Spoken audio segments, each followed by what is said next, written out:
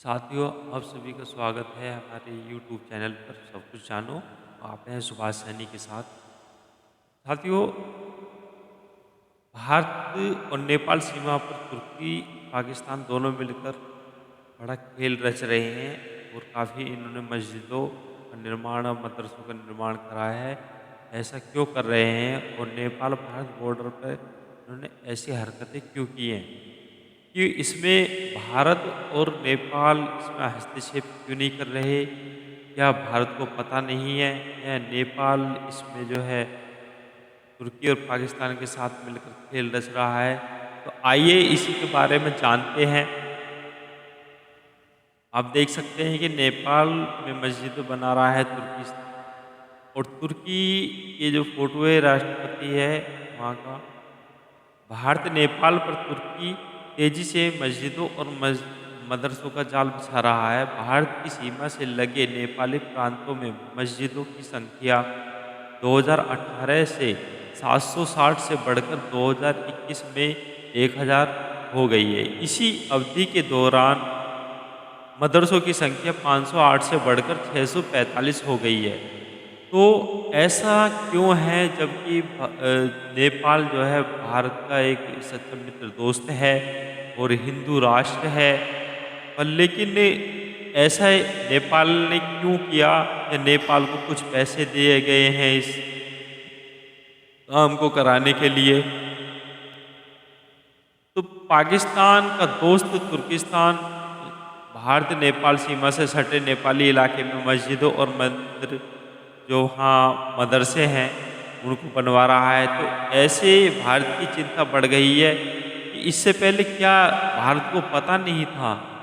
तो तुर्की घोषित रूप से पाकिस्तान का दोस्त है। ऑपरेशन सिंदूर के दौरान भी तुर्की ने पाकिस्तान ने सिर्फ सैन्य बल्कि कूटनीति तौर पर भी मदद की थी। तुर्की ने भारत के खिलाफ अपने ऑपरेटरों को भी पाकिस्तान में तैनात किया था। तुर्की कश्मीर मुद्दे पर पाकिस्तान का समर्थन करता है।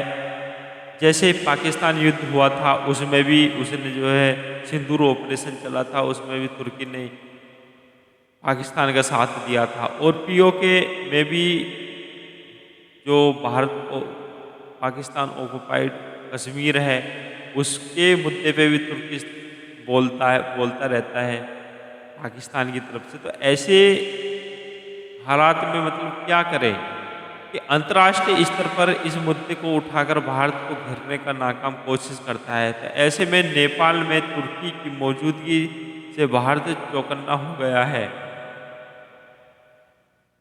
नेपाल सीमा पर बढ़ेगी भारत की मुश्किलें। तो न्यूज़ 18 गोप्य रिपोर्ट के हवाले से बताया गया है कि तुर्की अब नेपाल में एक महत्वपूर्ण भूमिका निभा रहा है। रिपोर्ट में कहा गया है कि नेपाल की सीमावर्ती जिले में तुर्की और पाकिस्तान समर्थित धार्मिक स्थलों और नेटवर्क का विकास भारत के लिए गंभीर और जटिल चुनौतियां पेश करता है। तो खासकर क्षेत्रीय सुरक्षा, जनसंख्या परिवर्तन और सीमा पर कट्टरपंथ की संभावना ने भारत की चिंता को ज़्यादातर बढ़ा दिया है। नेपाल में क्या कर रही है तुर्की? तो तुर्की में जो नेपाल में तुर्की मौजूदगी पुरानी नेकिल सीमावर्ती इलाके के निर्माण कार्य जरूरी नया एक तुर्की के गैर सरकारी संगठन IHH ने नेपाल के सीमावर्ती क्षेत्र में अपनी गतिविधियों का विस्तार किया है। IHH चरमपंथी समूह से जुड़ा है। इस बारे में कहा जाता है कि तुर्की सरकार खुफिया एजेंसी से पैसा और समर्थन भी मिलता है। तो इस्लामी संघ नेपाल ISN जैसे स्वदेशी समूह के साथ अपने गठजोड़ के जरिए IHH अल्पसंख्या मुस्लिम आबादी के लिए मुसलमान मदरसों, अनाथालयों और इस्लामिक केंद्रों के निर्माण को प्रायोजित किया जाता है। तो हाल ही में बात यह है कि जो ये मोमडन है, एक्चुअली होता क्या है कि ये कहीं भी बस जाती है थोड़ा सा, और इनको बसने के लिए बस थोड़ी सी ही जगह ही चाहिए। तो हालांकि इसी तरीके से जो नेपाली सट जो नेपाल और भारत के सटे इलाकों में नेपाल में जो IHH संगठन है वो एक अल्पसंख्या जो मुस्लिम आबादी को बसाने के लिए ये काम करता है। तो एक्चुअली होता यह है कि जो इन्होंने जो संगठन ये बनाया है, इस संगठन से तुर्की से पैसा मिलता है और ये अपना चरमपंथी पर समर्थन मिलता रहता है। तो ये इस्लामी संगठन को वहाँ बढ़ावा दे रहा है। तो नेपाल में अंतर्राष्ट्रीय नेटवर्क बना रहा है। तुर्की नेपाल में मस्जिदों और मदरसों का निर्माण एक तीर से निशाने लगाने की कोशिश कर रहा है। तो पहला वह नेपाल वैचारिक बैठक के लिए मानवीय पहुंच बनाया राजनीतिक रणनीतिक उद्देश्य के लिए उपयोग किए जाने वाला अंतर्राष्ट्रीय नेटवर्क का निर्माण कर रहा है। तो तुर्की प्रायोजित धार्मिक संस्थानों पर एक विशिष्ट प्रकार राजनीति इस्लाम के प्रसार और कट्टरपंथी एजेंडा वहाँ एक समूह को रसद जहाद जो सहायता प्रदान का आरोप है। इन्होंने तुर्की सरकारी एजेंसी जो TIKA और खुफिया एजेंसी MIT के समर्थन में हासिल है।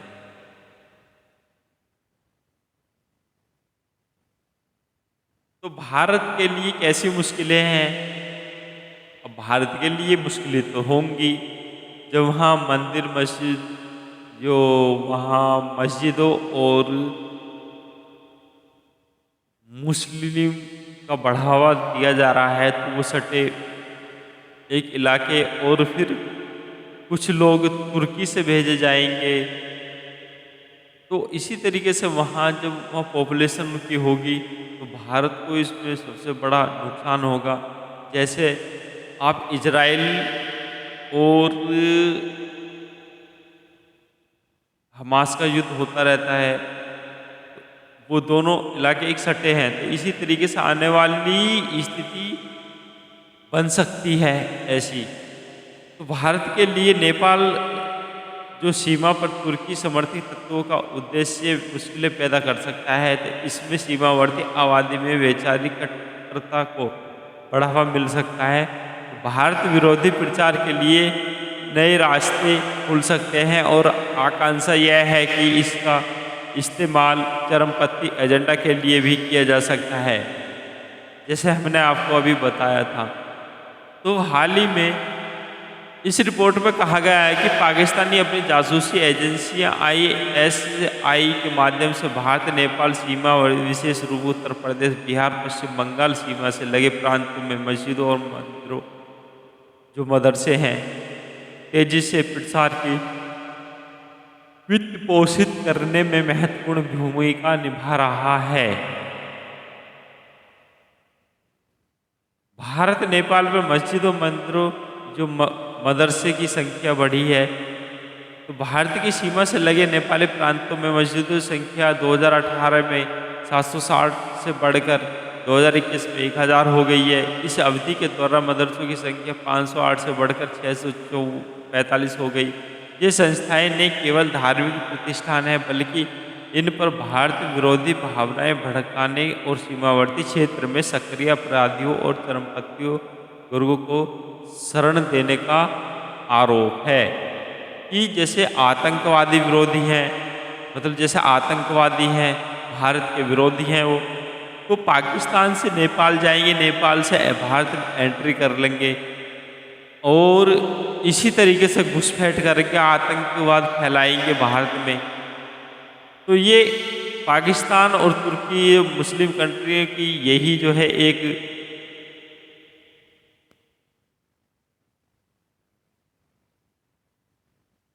जो तुर्की मुस्लिम कंट्री है, तो इसी तरीके से जो है भारत में आतंकवाद फैलाने की कोशिश कर रहा है। तो भारत नेपाल सीमा जिसकी अधिकांश भाग बिना बाढ़ वाला और ऊबड़ खाबड़ इलाकों में हो, गुजरात के लोगों धन और यहाँ तक के अवैध सामानों को आवाजाही को आसान बनाती है। इस खुलेपन ने पाकिस्तान प्रायोजित समूह को भारत के खिलाफ आतंकी अभियान शुरू करने के लिए नेपाल को आधार के रूप में इस्तेमाल करने में सक्षम बनाया है। तो इंडियन मुजाहिदीन लश्कर-ए-तैयबा और जैश-ए-मोहम्मद जैसे आतंकी संगठनों के लिए वित्तीय सैन्य सहायता नेपाली सीमा के रास्ते भेजे जाने प्रमाण मौजूद हैं। तो मेरे प्रिय साथियों, इस तरीके से भारत के साथ चारों तरफ से पाकिस्तान और तुर्की ही नहीं बल्कि अन्य जो मुस्लिम कंट्री पाकिस्तान का साथ देती हैं। तो देखिए साथियों, किस तरीके से भारत को एक घेरे में घेरा जा रहा है। आने वाले टाइम में किस तरीके की परिस्थिति होगी,